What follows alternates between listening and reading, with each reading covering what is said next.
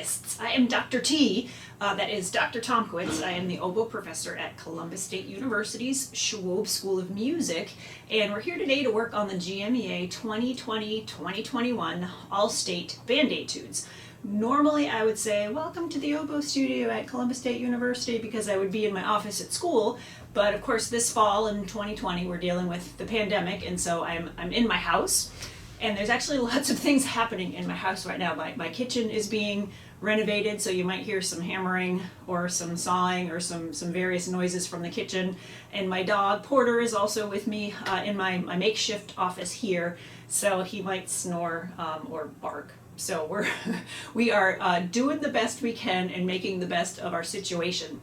So we're gonna play first the concert band grades 9 and 10. We're gonna do the slow etude first this morning. So that's the Andante Espressivo. And what we're gonna do, I've marked up my music, which is pretty typical for me. We're gonna flash this up on the screen, and I'm gonna talk you through first the musical components that I'm considering as I play this etude, and then we're gonna come back and talk about some of the technical aspects that might be helpful for you guys as you're learning and working on this etude and trying to perfect it for your auditions.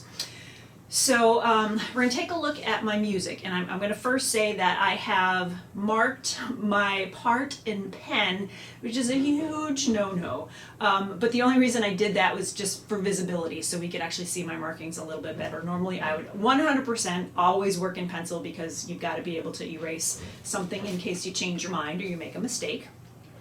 So the reason that we're going to start with the musical aspects first is I think that of all the things that we do, playing our instrument and playing music, musicality and phrasing should be at the very foundation of all the things that we consider. So that's why we're going to start with the musical components. And you'll see that I have various things written in my music. So you see I've got some extra dynamics, some extra hairpins. I have little figures that look like little U's. And I have X's marked in my music, and I've got some little I's in my rests, and even a little O. And I got some numbers, and I got a couple of words. So there's lots of things. So let me walk you through what each of these means. In the very first two measures, I have this mini hairpin written in, and that U, because that means I'm shaping this small little phraselet to that downbeat of the second measure. So ba-dee-da-dee-dum, and then I'm going to relax a little bit on the G dotted quarter note, and then I've got mezzo forte plus on the C pickup, ba-dee-da-dee-da-dee-da-dee. So we're crescendoing, sustain through that that D half note. I've got an X there because that note is very important to me. But you also see this little squiggly arrow playing through the D and then the G and the D to the E. That means I want bum, dee da dee. I want to go all the way to that downbeat, which starts our next phrase. Ba dee ba da da dee da dum. Little emphasis on that A. So not my huge goal for my phrase. That's going to be my X. Ba da dum ba da dee da dee da da da dee. And then I think it works beautifully, that diminuendo that's printed in the music there. So so U's are kind of like mini points of emphasis or mini phrase goals, and X's are my bigger phrase goals. So if we look forward, I've got a little I in that eighth rest at the end of the first line. That's where I'm going to take a little inhale. If you need an additional one, you can take one in measure 4 after that half note D. So I've got my mezzo forte G quarter note pickup to measure 9. Ba dee da dee da dee da da dee dum. That's very similar to the first two measures, so I'm shaping accordingly. And then the same thing, I've got that mezzo forte plus ba dee da dee da ba da da dum. And then same thing here, I've got that X plus the little squiggly arrow, ba dee da da dee.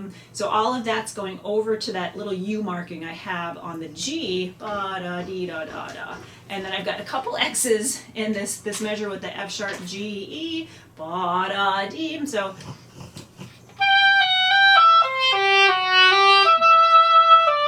I think the ba da dee da dee da dee, all of those notes take us to the F sharp, but then it keeps going ba da dee da dum, and then it relaxes at the end of that phrase. Hopefully you're still with me. Then I've got another I in that rest, because I'm going to take a small inhale. And then I circled the piano there for those 3 eighth note pickups just to remind myself that I need to make some dynamic contrast there. And then moving into our last line, we've got a bit of a sequence. I'm actually going to exhale just a little bit.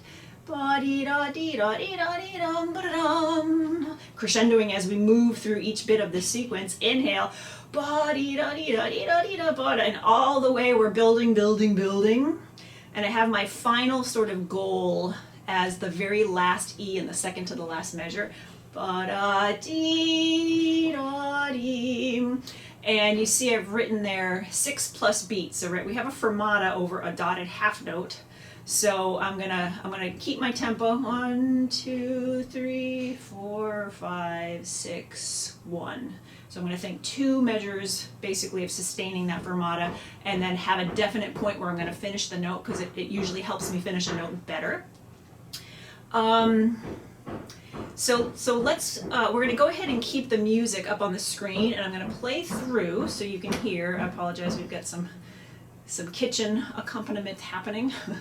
But I'm going to check in with my metronome here. It's really important to practice with the metronome. But I won't leave it on. I just want to check for reference like what 96 is because that's a big clue from our composer, whoever that is. Okay, I want to test my reed here. So let's play this. And you can maybe hear all of those things we were just talking about, all those musical components.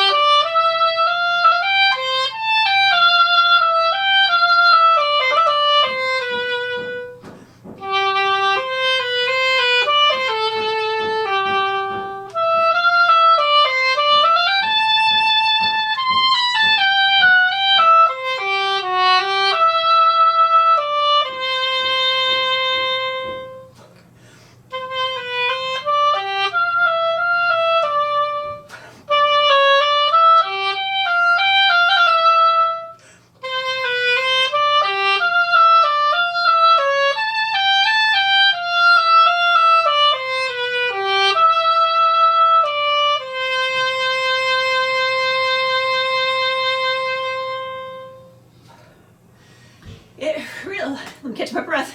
It's really a lovely little etude. Just some nice melodies, some nice phrases in here. It's fun to play. I like this one. This is a nice one. So let's talk about a couple of the technical aspects, and some of them we've kind of touched on already, but I'm going to go into them in a little more detail. So I'm going to start first with just the breathing. So we've already run through my breathing plan. So more often than not, I have constructed and prescribed what we call a breathing plan. So I want to make indications in my music exactly where I'm going to inhale and exhale, because we know as oboists, if we take a big inhale every time we have the opportunity to breathe, what happens? Our head wants to explode, right? We have way too much air inside of our bodies that we're never going to use because this reed is so small. So it's better to either play on smaller breaths and really gauge, depending on the length of your phrase, exactly how much air you're going to need to execute that phrase, or plan a series of inhales and exhales. So I do incorporate a lot of exhaling in my music, but when I do that, I don't expel a huge amount of breath. Rather, I just open up, I lift my top lip off of the reed, and I'm really just sort of releasing pressure. So for example, one of the only out breaths that I'm doing in this etude is in measure 18, so it pickups to 17.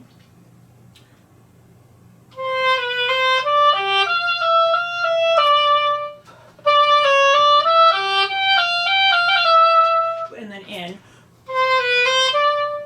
And what that allows is, allows me to keep my air support low and serve as a better foundation for making a beautiful sound and using vibrato and playing dynamics and all those things that we want to do to sound like a good musician. So if I were to take a super huge exhale and try to actually get all of the air out of my body, here's what happens.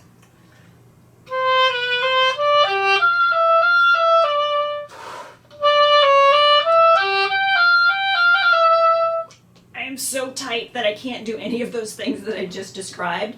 So I just use the exhale to release pressure. I find that if you really blow all the air out, then all the muscles kind of in the abdomen get tight and they get kind of sucked in, and it's really hard to play from that place. So just expel the pressure to ensure that your next inhale is going to go into a better place. Okay, now there's not a ton of funny business in this one. I always mark in alternate fingerings, and I'm looking through my music and I've only marked one left F in this entire etude, and that is, let's see, 18, 19, 20, in measure 21. The last F of the measure, we need to use an alternate F, so either left F or forked F, because it's coming from the D before. So I always mark that stuff in my music so I don't have to remember it kind of on the fly or when I'm in an audition and I'm a little bit nervous and I'm a little bit distracted. So I try to put as much as I can in that music. Right before that phrase, we were talking about the exhale in measure 18. You notice I've got 1, 2, and 3 and sequence, and the 1, 2, and 3 are just numbers based on my volume level. So the number 1 is my piano, number 2 maybe a mezzo piano, number 3 moving into a forte. So that's just again to remind myself that I've got a long crescendo here, and I want to make some good dynamic contrast so that judges know that I am capable of doing that. The last thing I think that I want to address in this etude is simply the grace notes. So grace notes are an ornamentation, they're a decoration, and what we want to have happen when we play our grace notes is that they just sound sort of free and easy, almost like we're making them up on the spot. What we don't want to have happen is for them to interfere with kind of the main melody, the main notes and the main rhythm. So in measure 2, 3, 4, 5,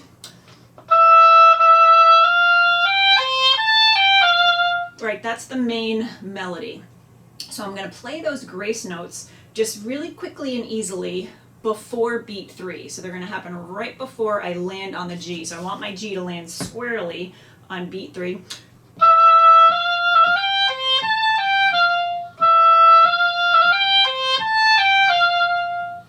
So they just sort of fit, it's all slurred, they just fit right in before we have the click of the metronome or my foot on beat 3. And where's the other grade? Oh, there it is. 18, 19. In measure 19. So 1 and 2 and 3 and but a 1. So just again right before that downbeat happens. So I'm actually going to turn my metronome on. We're going to play through this one more time. And it's important to practice with the metronome for a lot of different reasons, but for something like this, one, you want to be sure that you're learning in good time, and without the metronome we can get into funny habits of speeding up or slowing down.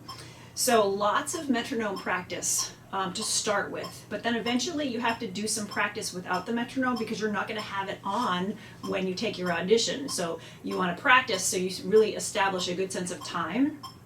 And then when you take it away, you have a better ability to keep that good time rather than doing sort of funny things with the tempo. So here is the concert band Andante Espressivo one more time.